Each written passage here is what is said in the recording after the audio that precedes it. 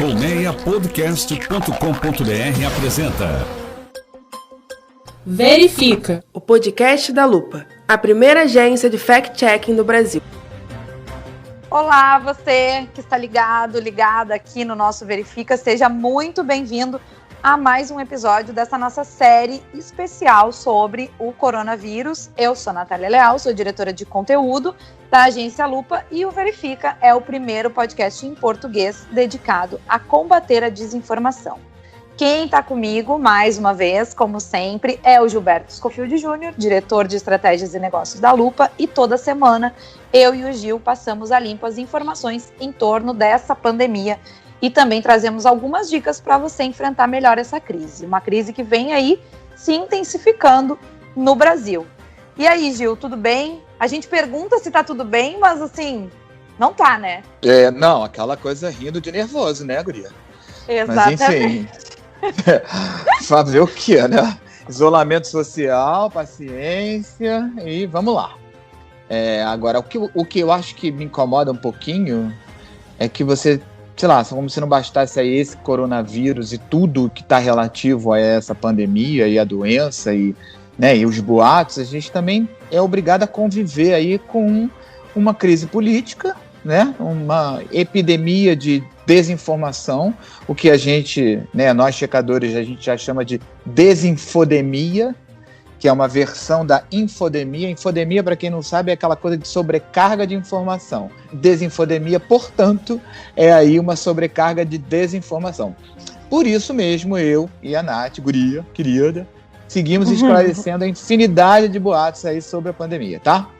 A bola da vez, olha que maluquice, são as notícias falsas sobre simulação de enterro. Já a gente vai te explicar essa história. É isso aí, Gil. Isso aí mostra a que ponto chega essa onda negacionista que a gente tem visto, né? Que negacionista de tudo. De tudo e mais uma vertente a gente está observando durante essa pandemia, né? Isso é super preocupante. E além disso, a gente também esclarece a notícia falsa de que motoristas que dirigem sem máscaras de proteção estão sendo multados e também perdendo pontos na carteira de habilitação. Olha que maluquice essa também. Maluquice. Mas, aliás, as máscaras têm sido aí um objeto recorrente de notícia falsa, né? Outro ponto que desperta muita informação desencontrada é a resistência do novo coronavírus fora do corpo humano, né? Quanto tempo dura em determinada superfície, em metal, em madeira, em maçaneta, em sofá, enfim. Daqui a pouquinho a gente passa limpo esse assunto e conta o que revelam as pesquisas mais recentes sobre isso. É isso, e tem mais, né? A repórter Natália Afonso, mais uma vez, conversa com um especialista da área da saúde para esclarecer dúvidas enviadas pelos nossos ouvintes e pelos nossos leitores. Hoje a gente recebe o professor da Universidade Federal do Rio de Janeiro e membro da Academia Nacional de Medicina, Celso Ferreira Ramos Filho. E a nossa dica da semana vai facilitar a vida de quem quer receber informação verificada via WhatsApp. Não é, Nath? Isso mesmo, Gil. Você que está ligada no Verifica, vai saber como acessar as checagens de mais de 80 plataformas de fact-checking que trabalham na aliança Coronavírus Facts, liderada pela IFCN, a rede internacional de checadores de fatos. Então, fica com a gente, fica aí ouvindo a gente no seu player de podcasts favoritos, coloca o celular na tomada, dá uma relaxada. 4º episódio do Verifica Especial Coronavírus está só começando. Bom, na semana passada eu fiz uma previsão na abertura do nosso Verifica, dizendo que quando você estivesse ouvindo o nosso programa, o Brasil estaria próximo dos 70 mil casos e das 5 mil mortes por Covid-19. A gente gravou o episódio na terça-feira, era dia 28 de abril, mas na quarta o Brasil já tinha ultrapassado essas marcas, né, Gil? Pois é, gente, a gente acabou chegando antes nesses números que você tinha mencionado. E a situação piorou, né, desde lá. Hoje, dia 5 de maio, o país tem mais de 110 mil casos de Covid-19, segundo o boletim aí divulgado agora à tarde pelo Ministério da Saúde, né? E as mortes também estão aumentando ainda, né? Conforme esse mesmo boletim, elas já estão próximas de 8 mil em todo o país. A gente ainda não consegue dizer se o Brasil já passou do que se chama aí o pico da pandemia. E como se não bastasse, a desinfodemia, né, como tu mencionou, né, Gil, também não dá trégua. E muitos boatos têm um caráter negacionista, ou seja, estão aí negando a gravidade da pandemia, né? Incrível, incrível. E o novo bombardeio negacionista é mórbido, cruel, sem noção.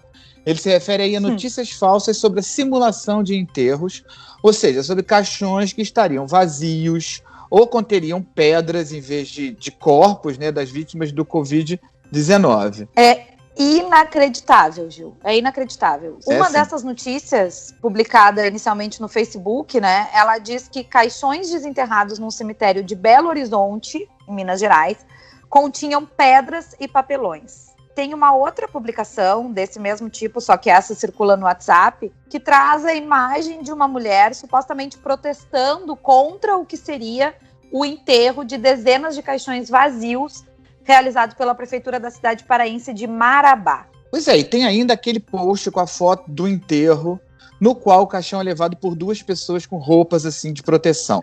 A legenda também insinua que o caixão está vazio. O texto argumenta que seriam necessárias mais pessoas para carregá-lo em condições normais, aí tentando colocar em dúvida se havia uma vítima do novo coronavírus sendo enterrada ali. É um absurdo, né? É um absurdo isso. Bom, a equipe da Lupa, diante de todas essas imagens e essas informações, né, confirmou que todas essas publicações propagam, na verdade, informações falsas, tá? Não tem enterro simulado, não tem caixão cenográfico, não tem nada disso. Caixão tá? Bem cenográfico pelo contrário, é ótimo. As pessoas, elas perdem a noção, né? O nível da maluquice, exato. A realidade que a gente está vivendo, né, ela mostra, na verdade, um avanço dos casos, um avanço do contágio, um avanço das mortes. A gente comentou antes aí os números, né? Isso é óbvio que vai se refletir numa ocupação crescente e, eu diria até preocupante, né, dos hospitais, e também num crescimento da procura pelos serviços funerários. Então é óbvio que vai ter mais enterro acontecendo, que vai ter mais velório na medida possível, porque não é sempre que se pode fazer um velório, mas assim, a gente precisa estar atento que a gente está vivendo um momento de exceção e que isso vai acontecer. Né? Exatamente. É uma tentativa meio de minimizar o problema, né? Tentar dizer que não, na verdade as pessoas estão simulando uma situação que tá muito menos ruim do que eles estão tentando vender. É inacreditável isso. Pois é, e a Prefeitura de Belo Horizonte informou por nota que não há registro de caixões desenterrados, tampouco de enterros simulados na cidade.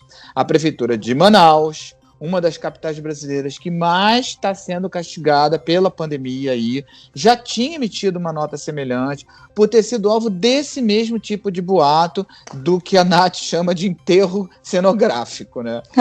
Caixão cenográfico, né? Caixão cenográfico. Como esses boatos, né, Gil, como tu bem falou aí sobre hospitais e caixões vazios, eles são muito cruéis, diante desse colapso que a gente está vivendo, né, com as famílias e nas cidades aí que estão sofrendo muito com a pandemia, Manaus, Fortaleza, Recife e muitas outras que têm lotação dos leitos de UTI e que realmente estão com um serviço funerário talvez aí esguelado, né, fazendo muita coisa ao mesmo tempo, né. É uma tática de desinformação muito tóxica, né? Muito cruel, muito desumana. Assim, não tem registro de enterro simulado em Marabá ou em qualquer outra cidade do Pará.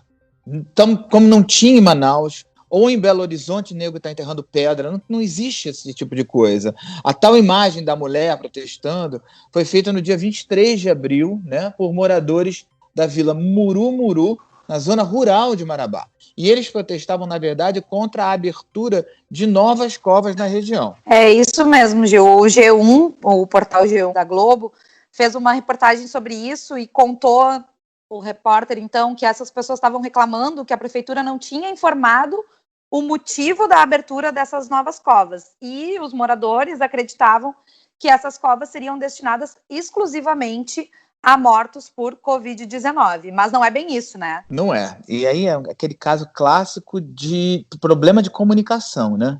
Entre autoridades e moradores, né? E aí a Prefeitura de Marabá esclareceu que a Secretaria de Saneamento Ambiental autorizou a abertura das novas valas e que essa seria uma operação de rotina que não tinha relação aí com a Covid-19, não era uma área exclusiva para enterrar corpos de pessoas que faleceram por conta do coronavírus. Talvez elas recebam vítimas da doença, mas não estão sendo abertas somente por esse motivo. É isso mesmo. E assim como é falso todo esse monte de coisas aí que a gente falou, também é falsa a notícia de que 2 pessoas com roupas de proteção carregavam um caixão vazio, né? Aquela que tu mencionou antes. O post, ele usa a imagem para insinuar que essa cerimônia de enterro, ela seria simulada, porque geralmente o caixão é carregado por mais pessoas e não só por 2, mas não é bem isso, né? Pois é, assim, e é como se existisse um padrão oficial de enterro de pessoa com relação à quantidade de gente que carrega caixão. Eu não sei de onde as pessoas tiram isso. Assim, o enterro foi real, né? A cena mostra o sepultamento de uma dona de casa chamada Esther Melo da Silva, de 67 anos, vítima do Covid-19, no cemitério Parque Tarumã, em Manaus, no dia 10 de abril.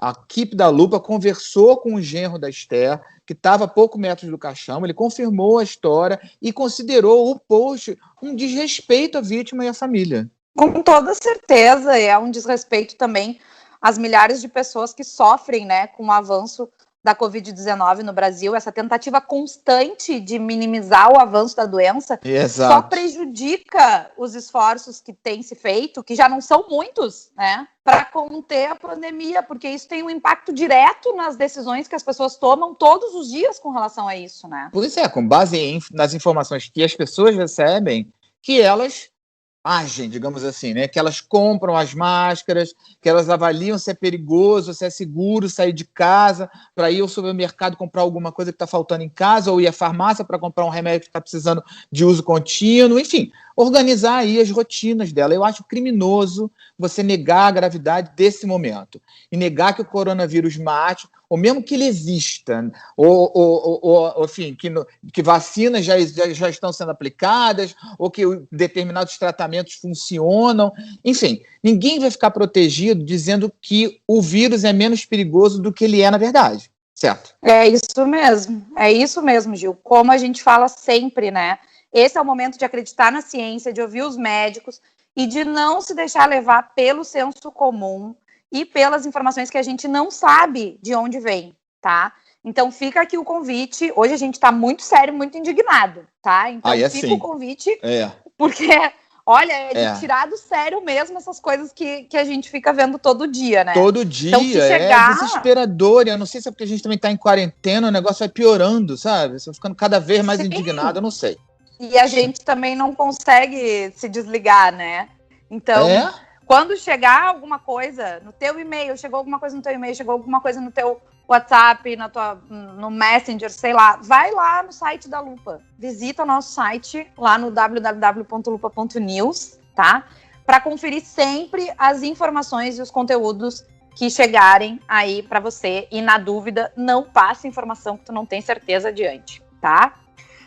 Então, não tem nada a ver essa história dos caixões. Vamos, Gil, pro nosso próximo assunto? Bora virar o disco aí, guria. Vamos nessa.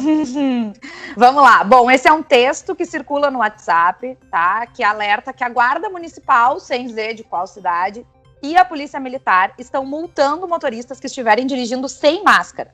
A multa seria de R$ 128,00. O motorista ainda perderia 3 pontos na carteira de habilitação. Mas essa informação não é verdadeira, né? Não é. Mais uma notícia falsa, né?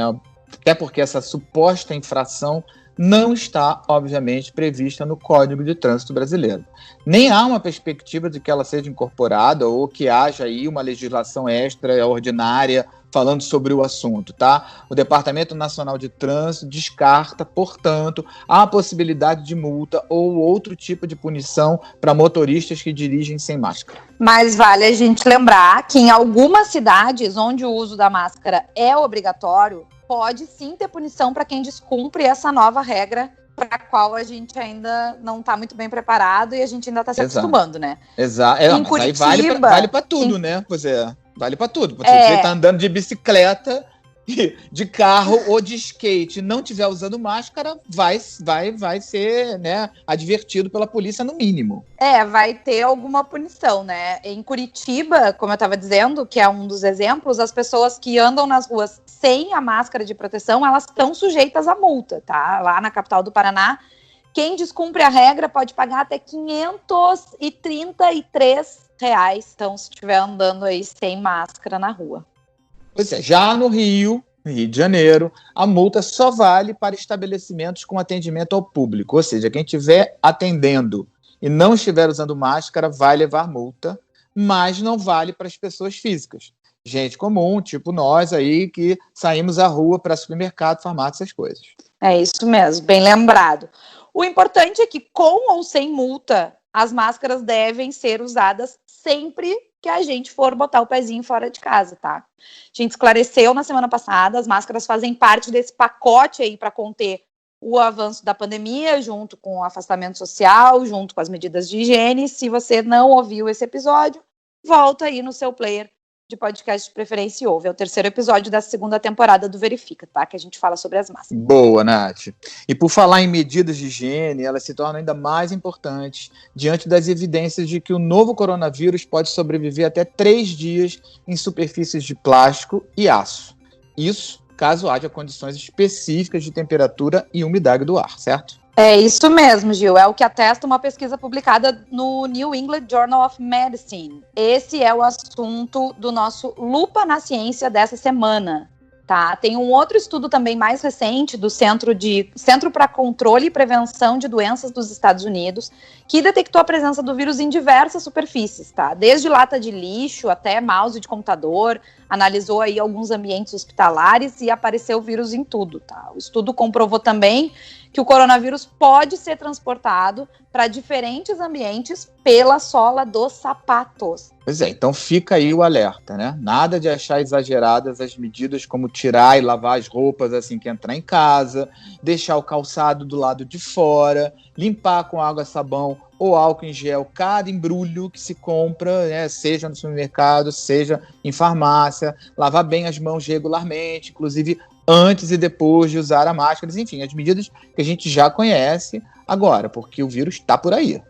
E não tem nenhum exagero em nenhuma dessas medidas, tá? Elas fazem parte do manual de combate ao novo coronavírus, já que ele pode sobreviver por horas e até dias, dependendo da superfície. No caso do cobre, são 4 horas, do papelão, 1 dia, em plástico ou aço, como a gente falou um pouco antes, são 3 dias, e sempre ativo, ou seja, com possibilidade de contaminar quem tiver contato com essa superfície onde está o vírus. Então tem que tomar cuidado mesmo, tá? Esses cuidados é sempre bom lembrar, né, Nath? Deve se juntar às outras medidas fundamentais para conter a pandemia. A gente já falou isso também, como afastamento social e o uso da máscara. Maravilha, Gil, isso mesmo. E a gente está sempre fazendo aí um conjunto de dicas e informações, né, sobre o combate a essa pandemia. E hoje quem vai trazer mais dicas e informações é o nosso entrevistado, professor da Universidade Federal do Rio de Janeiro e membro da Academia Nacional de Medicina, Celso Ferreira Ramos Filho. Toda semana o Verifica Especial Coronavírus traz um papo com um especialista em saúde, esclarecendo aí algumas dúvidas que você que nos ouve manda pra gente lá no Instagram da Lupa ou no e-mail lupa@lupa.news. E quem bate esse papo, quem conversa com esses especialistas é a nossa repórter queridíssima, maravilhosa, Natália Afonso. Onde você está, Natália? Oi, Nath. Oi, Gil. Bom, eu tô em casa, né? Todo mundo tá em casa hoje. Como todos devemos estar, não é mesmo? Exato. E, bom, como a Nath falou, eu conversei com o professor Celso Ramos Filho e a Lupa reuniu algumas dúvidas que os leitores e ouvintes tinham sobre os corpos das vítimas de Covid-19. E eu comecei perguntando sobre uma dúvida muito comum que apareceu. Se o vírus, né, ele fica ativo em uma pessoa morta. Vamos ouvir aqui o que ele disse. É possível, sim. Mas veja, a principal via de transmissão do SARS, né, do agente da Covid, é a transmissão respiratória. É o que ocorre quando uma pessoa fala, quando uma pessoa tosse, quando uma pessoa espirra. Obviamente, isto deixa de acontecer uma vez que o indivíduo está morto. Ele não respira, ele não tosse, ele não espirra. No entanto, a segunda via de transmissão é a via por contato, entende? Quer dizer, é a pessoa tocar uma superfície contaminada e depois passa a mão no rosto, no olho, na boca, na língua e é infectada pelo vírus que ela pegou com a mão ou com outra parte do corpo naquela superfície. Então, uma pessoa com Covid, em princípio, toda a superfície corporal dela é considerada infectada. Ok? Não, o vírus não se transmite pelo suor, não. O vírus não se transmite pelo suor, não se transmite através da pele. Mas as secreções respiratórias dessa pessoa, elas se depositam num raio de 2 metros de onde ela está. Portanto, transmite para o corpo dela. O corpo dela é necessário que a gente tome cuidados, tá? O vírus circula também no sangue, o que não é, em princípio, o maior problema, mas o vírus é transmitido pelas fezes. Perdão, é transmitido pelas fezes, não, ele é eliminado nas fezes. Então, a pessoa pode morrer às vezes, enfim, há uma liberação de esfíncter, podem sair fezes, aquilo dali também é infectante, aquilo também deve ser considerado como infectante. Então, os cuidados que a gente tem que tomar com o corpo são os cuidados que a gente tem que tomar, não é muito diferente dos cuidados que se deve tomar como uma pessoa morre de qualquer outra forma, de qualquer outra maneira. Tá? Então, quem se aproxima desse corpo deve, em primeiro lugar, usar luvas.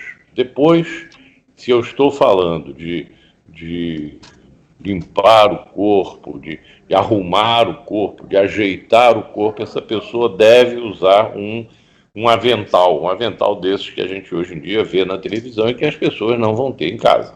Tá? E a pessoa deve tomar cuidados ao se aproximar desse corpo, dessa pessoa morta. E na autópsia, tem alguma outra recomendação especial? Para o público leigo, não. É evidente que existem normas técnicas referentes à realização de necrópsia, referentes à manipulação de um corpo, o preparo do corpo para ser enviado ao necrotério. Essas são recomendações técnicas que se referem fundamentalmente ao tipo de vestimenta que a pessoa, o profissional de saúde que vai fazer isso deve tomar. O avental deve usar um avental, esse avental de preferência deve ser impermeável, de mangas compridas, deve usar luvas e dependendo do que, máscara, evidentemente, e dependendo do que vá fazer, usar também aqueles protetores oculares para impedir uma contaminação grosseira da mucosa dos olhos, porque a gente vê as pessoas aí andando, as pessoas às vezes acham, estou mudando um pouco o assunto, as pessoas às vezes acham que a máscara é um talismã, é um objeto mágico. Então o sujeito pendura uma máscara embaixo do nariz, no lábio superior, e acha que está protegido. Não está, porque o nariz dele é porta de entrada. Agora, a mucosa dos olhos, a mucosa da conjuntiva, também é uma área de possível penetração do vírus. Um outro ouvinte perguntou sobre doação de órgãos. Essas pessoas que morreram de Covid-19, elas podem doar os seus órgãos? Os órgãos não serão usados, tá? Não serão usados pelo seguinte. Primeiro porque, normalmente, paciente que morre de infecção generalizada, o órgão não é utilizado. Habitualmente, isso é padrão. Entende? O sujeito está no CTI durante muito tempo e morre com uma pneumonia, os órgãos dele não serão usados. A Covid-19 é uma doença sistêmica. Isso quer dizer que ela não é pura e simplesmente uma pneumonia. Eu tenho lesão do pulmão, eu tenho lesão do rim, dois rins, eu tenho lesão do fígado em menor grau, mas eu tenho lesão cardíaca. Então, nenhum desses órgãos, muitíssimo menos o pulmão, poderá ser usado porque são órgãos doentes. Eu não vou tirar um órgão doente de uma pessoa para colocar em uma outra. Então, não. Isso aí é fora de questão. Dr. Celso Ferreira Ramos, ele é professor da Universidade Federal do Rio de Janeiro e também membro da Academia Nacional de Medicina. Muito obrigada. Ora, Natália, quem agradece mais uma vez sou eu. Foi muito bom estar podendo conversar com você e com aqueles que nos estão escutando. E Gil, vocês já falaram aqui sobre os boatos de caixões vazios, né? E o Dr. Celso explicou, né, que os caixões precisam ficar fechados para evitar que uma pessoa acabe tocando no corpo e acabe sendo infectado pelo vírus da Covid-19. Muito bom. Obrigado, Nath. Até a próxima semana, tá, querida? Bom, Até e a gente fecha esse 4º episódio do Verifique Especial Coronavírus com uma dica importante para quem quer enfrentar essa crise melhor informado, e eu sei, tenho certeza, que você que nos ouve quer. Eu estou falando aí de um lançamento da International Fact-Checking Network, a IFCN, para que você possa acessar conteúdos verificados pelo WhatsApp. Conta pra gente, Nath, como é que funciona e como é que a gente acessa esse conteúdo? Pois é, Gil, a IFCN lançou, né, o que a gente chama de um chatbot.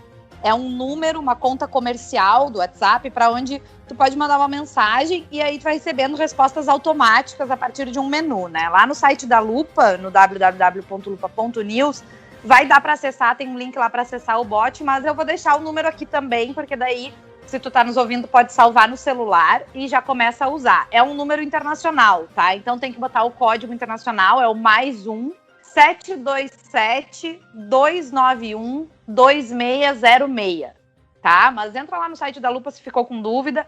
O número é esse, aí tu salva no teu celular, manda uma mensagem simples, pode ser um oi, né? E essa conta ela vai começar a interagir contigo a partir desse menu, e aí tu vai poder ir escolhendo o que tu quer ver, tá? Dá para ver as verificações mais recentes por país, dá para ter indicações de fact-checkers que estão perto de ti, por exemplo, dá para fazer uma série de consultas ali, tá? É uma ferramenta que se alimenta de uma grande base de checagens que a IFCN está coordenando e que, nesse momento, já tem mais de 4.000 verificações catalogadas. É bastante coisa, né? Bastante. Agora, é importante a gente mencionar que, por enquanto, essa ferramenta ainda está em inglês, certo? Mas em breve, bem breve, eu acho que bem, tipo assim, já ela vai estar disponível em português também, tá?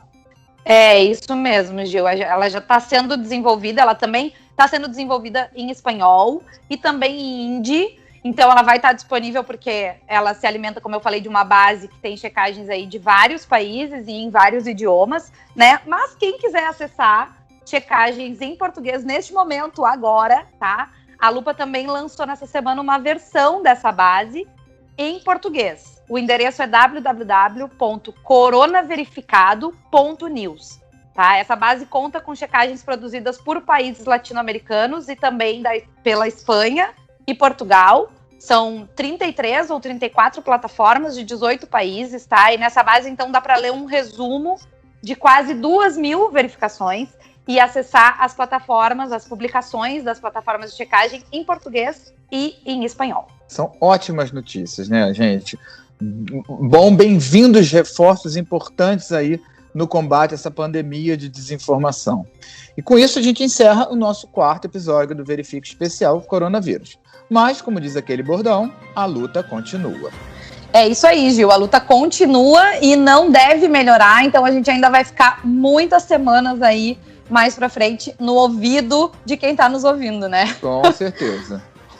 Vocês sabem, né? Eu e o Gil, a gente se junta aí semanalmente para passar limpo esses boatos em torno da pandemia, trazer sempre uma entrevista com especialistas em saúde, tirando algumas dúvidas, tudo para que você fique bem informado e enfrente melhor essa crise que é sanitária e que é de informação, tá? Eu lembro que para acompanhar as verificações da Lupa, as informações que a Lupa verifica, é só seguir a gente lá no Facebook, no Twitter e no Instagram, e também ficar de olho lá no www.lupa.news. Lá você também pode assinar a newsletter diária da Lupa e acessar todos os projetos especiais que a Lupa está tocando durante essa pandemia. Se tiver uma sugestão de checagem, escreve pra gente no lupa@lupa.news. Gostou do episódio? Avalia no seu tocador de podcasts favorito, diz pra gente o que você tá achando, ou também manda um recado pra gente lá nas nossas redes sociais, né, Gil? A gente quer ouvir as pessoas, certo? Sugestão, inclusive.